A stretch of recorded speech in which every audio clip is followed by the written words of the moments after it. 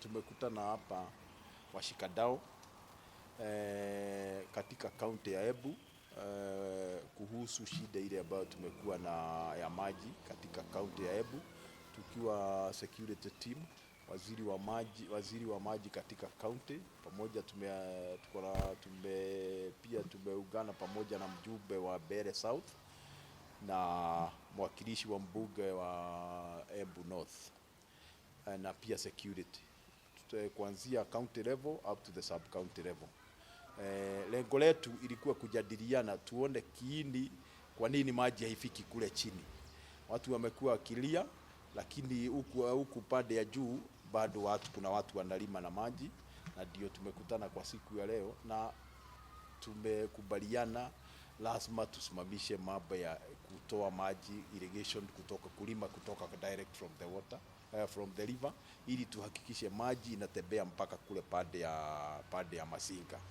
Sababu ukipita pande ya daraja ya Gashorere, kuna mahali tunaita Gashorere, River Dhiba, River Nyamidi, River Lofpingazi, hakuna maji inafika huko, ili tuhakikishe tumezuia watu wabaki wakitumia maji tu ya kulima, waache kunyunyuzia mashamba.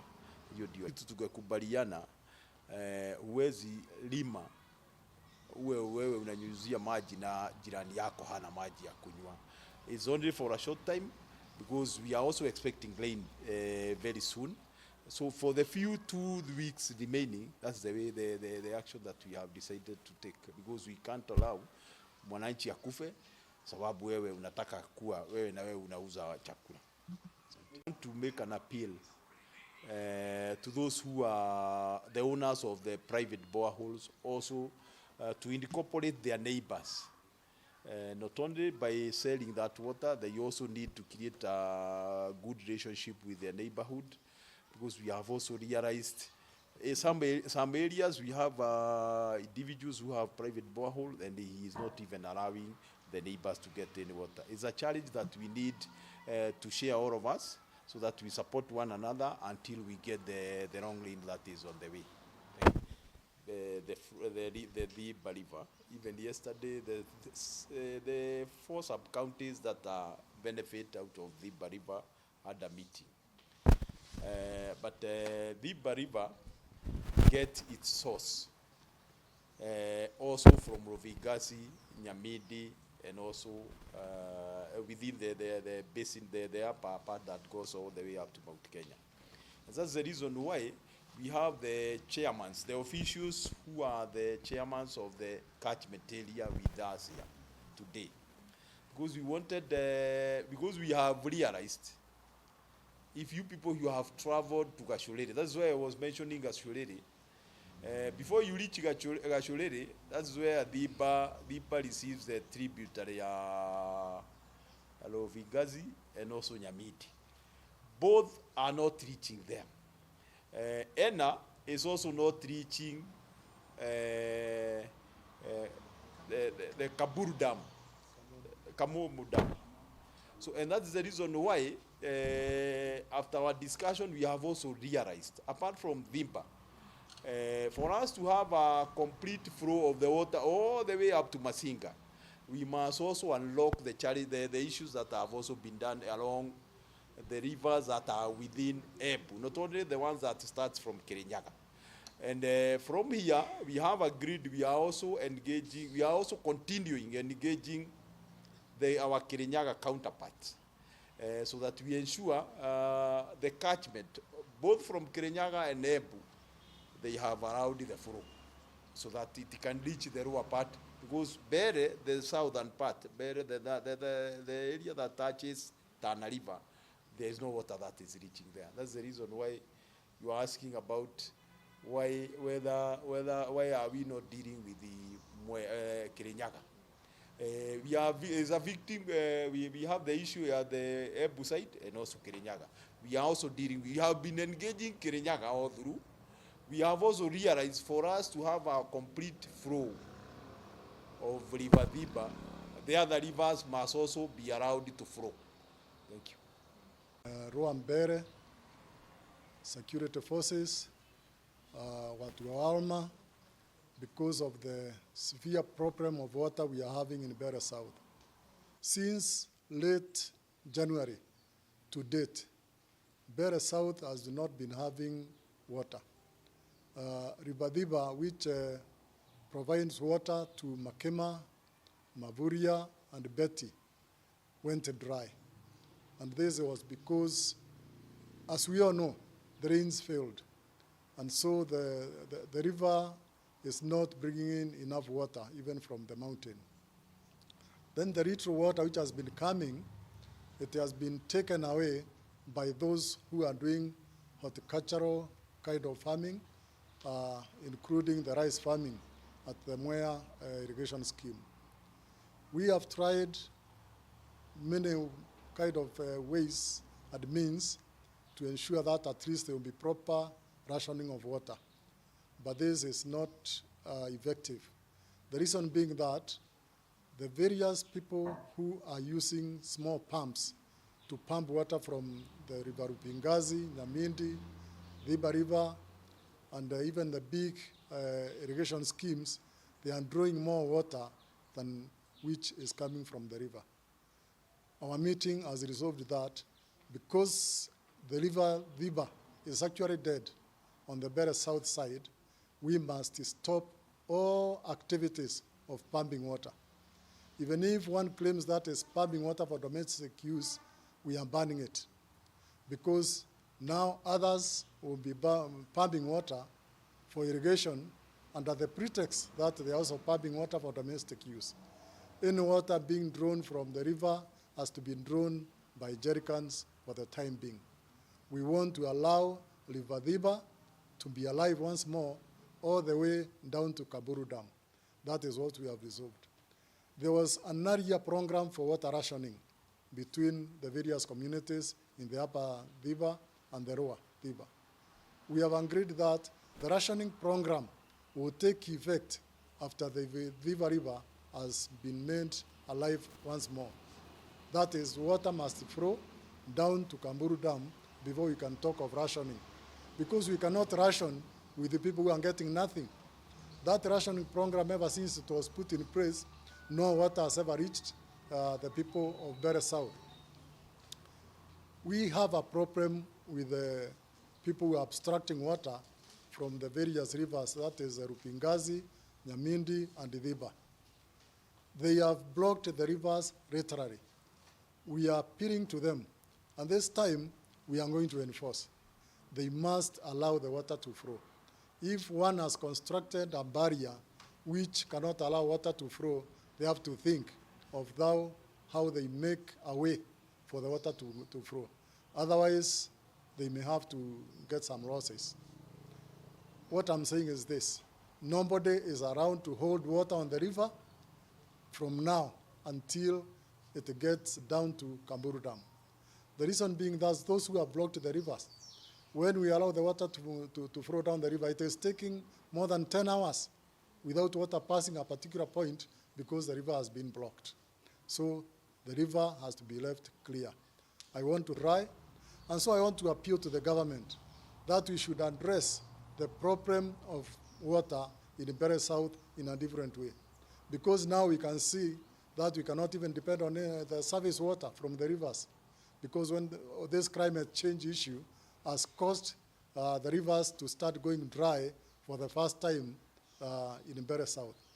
So we need to address the problem of water in a different way. A more lasting solution is actually to get water from the main dams of Bere. That is Kiambere Dam, Kamburu Dam, and the Masinga Dam. These dams have got enough water. Even now, as we cry that there is no water, there is adequate water in those dams, at least for domestic use. And so I'm appealing to the government to think of that lasting solution of pumping water from those dams to the residents of Bere South. The short-term solution is actually to sink boreholes.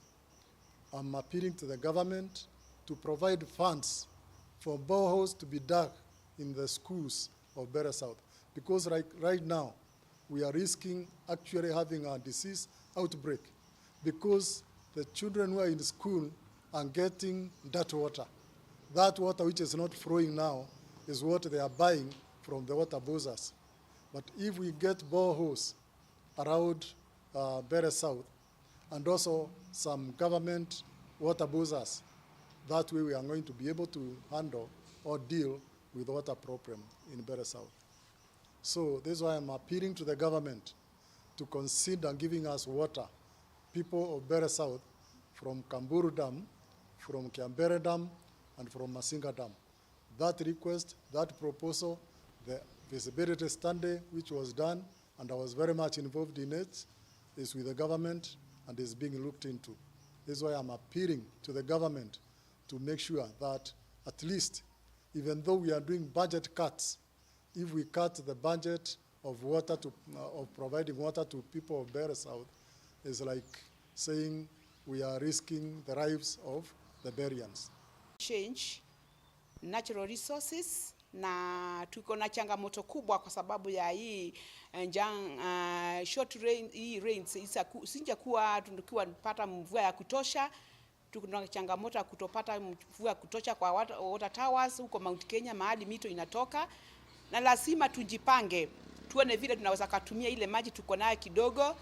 Na wakati kama huu hatuwezi kaweka maji kwa mashamba kikiwa kuna mtu huko chini hana maji ya kukunywa hata ya kupiga, na hiyo inatuletea mashinda nyingi sana. Tunataka kikao cha leo ni cha water, tuone vile tutashare hiyo maji, na tunaomba maji irudishwe kwa mto.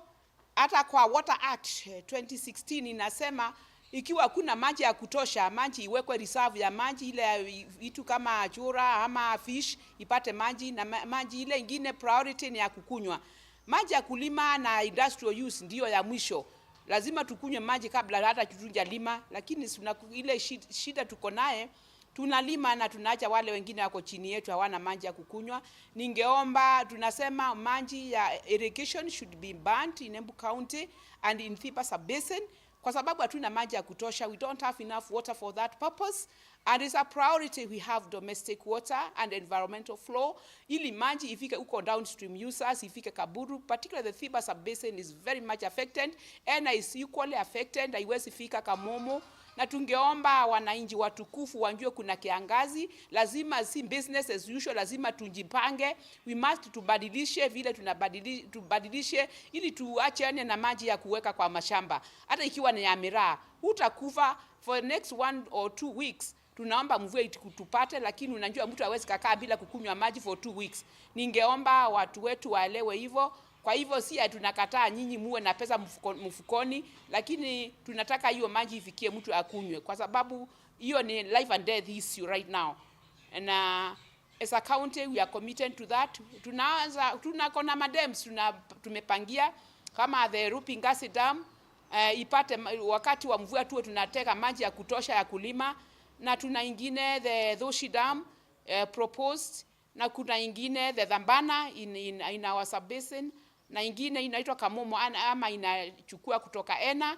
Hizo dams ikitengenezwa na sitakaa kabla tujatengeneza, lakini for the time being kabla tujatengeneza hizo dams za kutusaidia, lazima tujisaidie na ile maji kidogo tuko naye. Na ningeomba muelewe hivyo, si kukataza nyinyi msiweke sana watu wa miraa na watu wa horticulture. Please, all of us will return the water to the river so that the downstream users can have water for drinking purposes only. Na watu wa Malista kupump. Najua Thiba Sub-Basin, right now we are estimating kama 1,000 pumps ziko kwa mto. Sitolewe zote tuache maji iende mpaka Kaburu. Angalau watu wa Makema, Mavuria, Mbeti South, Mwea, Makema wapate maji. Kwa hivyo ningeomba, hiyo ndio ombi langu. Ability ya kumanage the use of water resources, ya kuwa sisi tuna regulate hiyo use, ya kuwa tumeshukuru sana kwa hii makao ambaye tumeongozwa na county commissioner, na tuta upscale our enforcement, kwa sababu tuliona wakati imefika sasa maji ile iko ni ya kukunywa peke yake. Mahitaji zote zingine imetubidi lazima isimamishwe. So hii mkutano ilitulete pamoja, ilitupatia nguvu na support, na sisi sasa kutoka leo saa hii tutaenda field ya kuamua ya kuhakikisha kwamba maji itarudi kwa mto. Wale wanafanya irrigation, wale wanafanya any other activities other than domestic water use, then tutasimamisha kwa muda, na tunaomba Mungu mvua itufikie kwa haraka, na sisi kama shirika ya Water Resources Authority tunawashukuru kwa hii stakeholders zetu, ile support walitupatia, na tunajua tutafikia mahali mzuri. Shukran. Tumekalia jana, nafikiri tumeongea hiyo maneno sana. Vile tulisema, chairman wetu alisema, commissioner na madam alisema, mambo ya irrigation tumesimamisha. Tumekubaliana kila mahali, hakuna maji ya irrigation, na hiyo ni sheria. Sheria inasema kama hakuna flow, then you cannot just directly abstract water for irrigation purposes. So sisi ni kuimisha tu sheria, watu wafate. So hata hao wamekubali huko juu. Jana tulikalia, tumepanga hiyo mpango na tumekubaliana mambo ya irrigation kidogo tuongojee. There's irrigation and there's domestic water use within the scheme. There are 100,000 people who needs domestic water. That domestic water will be available. But for irrigation, we agreed, all of us together, the farmers, the managers of the irrigation scheme, that now it is not time for irrigation. So they have stopped. The situation the way it is, we have no option. The situation is forcing us with no any other option other than to do what is best. The situation is going from bad to worse. So what do? We have to save life. The life is the domestic water that we first prioritize. Yes.